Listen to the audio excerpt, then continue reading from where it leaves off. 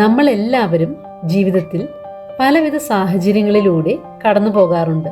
എന്തുകൊണ്ട് ചിലതൊക്കെ അങ്ങനെ സംഭവിക്കുന്നുവെന്ന് നമ്മൾ ചിന്തിക്കാറുണ്ട്.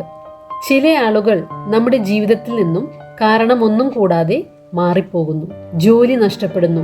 എത്ര ശ്രമിച്ചിട്ടും ആഗ്രഹിക്കുന്ന കാര്യങ്ങൾ നടക്കുന്നില്ല. ചിലപ്പോഴൊക്കെ നമ്മൾ പിന്നിലോട്ടാണോ നീങ്ങുന്നതെന്നും തോന്നിപ്പോയേക്കാം.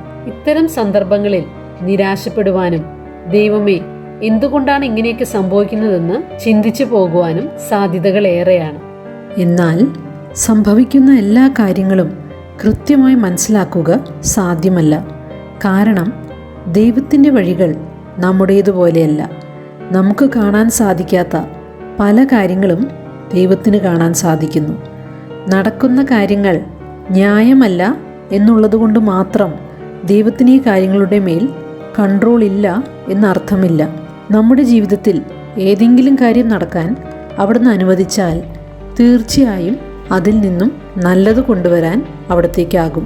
എല്ലാ കാര്യങ്ങളും ഒരുമിച്ച് കൊണ്ടുവരുമ്പോൾ അവ എങ്ങനെ നന്മയായി മാറിയെന്ന് മനസ്സിലാക്കാൻ സാധിക്കും. എന്നാൽ അവയെ വേർതിരിച്ച് വിലയിരുത്താൻ ശ്രമിച്ചാൽ കാര്യമായ ഒരർത്ഥവും അവയ്ക്ക് കണ്ടെത്താൻ സാധിച്ചെന്ന് വരില്ല. ആ ബുദ്ധിമുട്ടുകൾ, കാലതാമസങ്ങൾ എല്ലാം നമുക്കായി നിശ്ചയിക്കപ്പെട്ട വലിയ കാര്യത്തിലേക്ക് എത്താൻ അനിവാര്യമായിരുന്നുവെന്ന് നമുക്ക് പിന്നീട് മനസ്സിലാക്കാൻ സാധിക്കും. പ്രതിസന്ധികൾ കൂടാതെ നമ്മുടെ ജീവിത ലക്ഷ്യത്തിലേക്ക് എത്താൻ നമുക്ക് സാധിക്കുകയില്ല.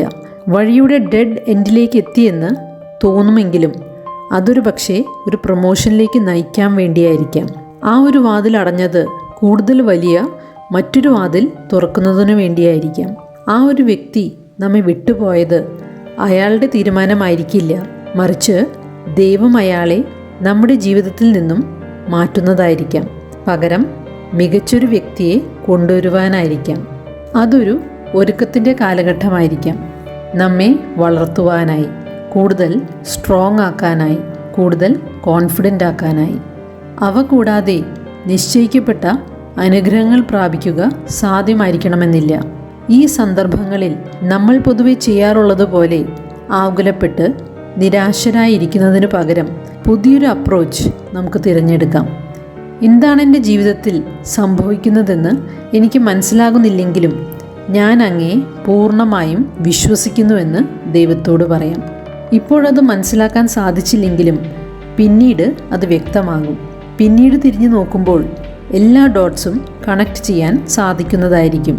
അപ്പോൾ നമ്മൾ പറഞ്ഞേക്കാം, ഇത് സംഭവിച്ചില്ലായിരുന്നെങ്കിൽ ഞാൻ ഈ പൊസിഷനിൽ എത്തുമായിരുന്നില്ല. ആ വാതിൽ അടഞ്ഞില്ലായിരുന്നുവെങ്കിൽ ഞാൻ ഈ വ്യക്തിയെ കണ്ടുമുട്ടുമായിരുന്നില്ല എന്നെല്ലാം. അതുകൊണ്ട് എല്ലാ കാര്യങ്ങളും മനസ്സിലാക്കാൻ ഇപ്പോൾ ശ്രമിക്കേണ്ടതില്ല. ഇപ്പോൾ നമ്മൾ മനസ്സിലാക്കേണ്ടാത്ത പല കാര്യങ്ങളും ഉണ്ടാകും. അവ കണ്ടെത്താൻ ശ്രമിച്ചാൽ അത് നമ്മെ നിരാശരാക്കുക മാത്രമേ ചെയ്യുകയുള്ളൂ. നമ്മൾ നാച്ചുറൽ ആണെങ്കിൽ ദൈവം സൂപ്പർ നാച്ചുറൽ ആണെന്ന് മറക്കരുത്. പകരം എല്ലാം നന്മയ്ക്കായി ഭവിക്കുമെന്ന് വിശ്വസിച്ചുകൊണ്ട് മുൻകൂട്ടി നന്ദി പറയാം. തീർച്ചയായും പ്രതിസന്ധികൾ വേദനാജനകമാണ്, എന്നാൽ അവ അനിവാര്യവുമാണ്. ഹോട്ടലുകൾ വാങ്ങി കുറച്ചു വർഷങ്ങൾ അവ നടത്തിയ ശേഷം മറച്ചു വിൽക്കുന്ന ഒരു വ്യക്തി ഉണ്ടായിരുന്നു. അങ്ങനെ കുറച്ചു നാളുകൾ പ്രവർത്തിച്ചതിൻ്റെ ഫലമായി അദ്ദേഹത്തിന് 200ഓളം ഗ്രാമപ്രദേശങ്ങളിൽ സ്ഥിതി ചെയ്യുന്ന ചെറിയ ഹോട്ടലുകൾ സ്വന്തമാക്കാൻ സാധിച്ചു. എന്നാൽ ഒരു മേജർ സിറ്റിയിൽ വലിയൊരു ഹോട്ടൽ സ്വന്തമാക്കണമെന്നായിരുന്നു അദ്ദേഹത്തിൻ്റെ സ്വപ്നം. കുറച്ചു വർഷങ്ങൾക്ക് മുൻപ് ഈ ഒരു വ്യക്തിക്ക് അതിനൊരു അവസരം വന്നു ചേർന്നു. ന്യൂയോർക്ക് സിറ്റിയിൽ സ്ഥിതി ചെയ്യുന്ന ഒരു പ്രസ്റ്റീജിയസ് ആയ ഹോട്ടൽ വാങ്ങുന്നതിനായി. മികച്ചൊരു ലൊക്കേഷനായിരുന്നു അത്. അദ്ദേഹം വളരെ എക്സൈറ്റഡായി. മാസങ്ങളോളം അതിനായുള്ള ഫണ്ടിങ്ങിനായി അയാൾ പ്രയത്നിച്ചു. കൂടെ പ്രവർത്തിക്കാൻ ഒരു പാർട്ട്ണറെ കണ്ടെത്തി. ഇതിനായി അദ്ദേഹത്തിനുണ്ടായിരുന്ന സമ്പാദ്യം മുഴുവനും അദ്ദേഹത്തിൻ്റെ വീടുൾപ്പെടെ ഉപയോഗിക്കേണ്ടതുണ്ടായിരുന്നു. എല്ലാ കാര്യങ്ങളും ഒരുമിച്ച് കൊണ്ടുവരാനായി 2 വർഷത്തോളം ഇതിനായി അദ്ദേഹം പ്രയത്നിച്ചുവെങ്കിലും അവസാന നിമിഷം കൂടെ നിന്ന പാർട്ട്ണർ പിൻവാങ്ങി. അങ്ങനെ അദ്ദേഹത്തിന് താങ്ങാൻ കഴിയുന്നതിനേക്കാൾ കൂടുതൽ മറ്റൊരു ലോൺ എടുക്കാൻ അദ്ദേഹം നിർബന്ധിതനായി. അങ്ങനെ ക്ലോസിംഗ് ദിവസം വന്നു ചേർന്നപ്പോൾ ബാങ്കിൽ നിന്നും കോൾ വന്നു. നൽകാമെന്ന് പറഞ്ഞ ഫണ്ട് നൽകാൻ സാധിക്കുകയില്ല എന്ന് പറഞ്ഞുകൊണ്ട്. ഇത് അയാളെ വളരെ നിരാശനാക്കി. അത് അയാളുടെ സ്വപ്നമായിരുന്നു. കൂടാതെ അയാളുടെ കഠിനമായ പ്രയത്നം എല്ലാം വെറുതെ ആയ പോലെ അയാൾക്ക് തോന്നി. എന്നാൽ 3 മാസങ്ങൾക്ക് ശേഷം പാൻഡമിക് വരികയും സിറ്റി മുഴുവനും ക്ലോസ് ഡൗൺ ആവുകയും ചെയ്തു. ഈ ഹോട്ടൽ വാങ്ങിയിരുന്നെങ്കിൽ അത് അയാളെ വലിയൊരു പ്രതിസന്ധിയിലേക്ക് നയിക്കുമായിരുന്നു. അയാൾക്ക് എല്ലാം നഷ്ടപ്പെടുമായിരുന്നു. ചിലപ്പോഴൊക്കെ നിർഭാഗ്യമായി നമ്മൾ കരുതുന്ന പല കാര്യങ്ങളും ദൈവം നമ്മെ സംരക്ഷിക്കുന്നതാണ്.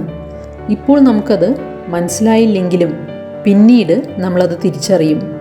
അങ്ങനെ സംഭവിച്ചത് നന്നായി, അന്നാ വാതിൽ തുറക്കാതിരുന്നതിൽ എനിക്ക് സന്തോഷമുണ്ട് എന്ന് നമ്മൾ അപ്പോൾ പറയും. നമ്മുടെ ജീവിതത്തിൻ്റെ മുന്നിലേക്കുള്ള കുറച്ചു പടികൾ മാത്രം നമുക്ക് കാണാൻ സാധിക്കുമ്പോൾ ദൈവത്തിന് അതിൻ്റെ വലിയൊരു ചിത്രം കാണാൻ സാധിക്കുമെന്ന് നമ്മൾ മറക്കരുത്. നമ്മൾ ഈ ടെസ്റ്റുകളോട് എങ്ങനെ പ്രതികരിക്കുന്നുവെന്നതും പുതിയ വാതിൽ തുറക്കപ്പെടുമോ എന്നത് നിർണ്ണയിക്കുന്നുണ്ട്.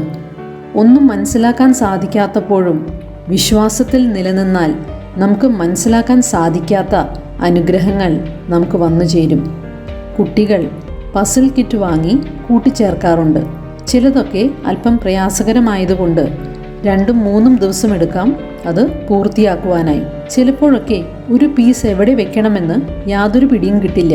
പലയിടത്തും വച്ചു നോക്കിയാലും അത് യോജിച്ചു പോകില്ല. അപ്പോൾ നമ്മൾ കരുതിയേക്കാം അത് മാനുഫാക്ചർ ചെയ്തവർക്ക് പറ്റിയ അബദ്ധമായിരിക്കാം, എന്തെങ്കിലും മിസ്സായി പോയതായിരിക്കാം, മറ്റൊരു പസിലിൻ്റെ ഭാഗം അറിയാതെ വെച്ചതായിരിക്കാം എന്നല്ല. എന്നാൽ രസകരമായ കാര്യം, അവസാനത്തോടടുക്കുമ്പോൾ കൂടുതൽ പീസുകൾ ഒരുമിച്ച് വരുമ്പോൾ മുൻപൊരിക്കലും ഫിറ്റാകില്ല എന്ന് കരുതിയ ആ ഒരു ഭാഗം കൃത്യമായി ഫിറ്റാകുമെന്നത്. ഒറ്റയ്ക്കായിരുന്നപ്പോൾ ഒരു സെൻസും തോന്നാതിരുന്ന ഒരു ഭാഗം പല പീസുകളും ഒരുമിച്ച് വന്നപ്പോൾ അർത്ഥവത്തായി മാറി. നമ്മുടെ ജീവിതത്തിൽ നമുക്ക് മനസ്സിലാക്കാൻ സാധിക്കാത്ത പല കാര്യങ്ങളും ഉണ്ടാകും. ഇപ്പോൾ അവ മനസ്സിലായില്ലെങ്കിലും ഫിറ്റ് ഇൻ ചെയ്യുന്നില്ല എന്ന് തോന്നിയാലും പിന്നീട് എന്തുകൊണ്ടതങ്ങനെ സംഭവിച്ചു എന്ന് നമ്മൾ തിരിച്ചറിയും. അതുകൊണ്ട് ക്ഷമയോടെ നമ്മുടെ ജീവിതത്തിന്റെ പ്ലാൻ ദൈവം വർക്കൗട്ട് ചെയ്യുന്നത് വരെ കാത്തിരിക്കാം. മാനുഫാക്ചർ ചെയ്തയാൾക്ക് തെറ്റു പറ്റിയിട്ടില്ല എന്ന ഉറപ്പോടെ മുന്നോട്ട് നീങ്ങും. ബൈബിളിൽ പറയുന്നു, ആകാശം ഭൂമിയേക്കാൾ ഉയർന്നു നിൽക്കുന്നു, അതുപോലെ എന്റെ വഴികളും ചിന്തകളും നിങ്ങളുടേതിനേക്കാൾ ഉന്നതമത്രേ. മറ്റൊരു വാക്യത്തിൽ പറയുന്നു, we walk by faith and not by sight. അതുകൊണ്ട് മനസ്സിൽ പല സംശയങ്ങളും ചോദ്യങ്ങളും ഉയരുമ്പോൾ തളർന്നു പോകാതെ വിശ്വാസത്തോടെ മുന്നോട്ട് നീങ്ങുവാൻ നമുക്ക് സാധിക്കട്ടെ.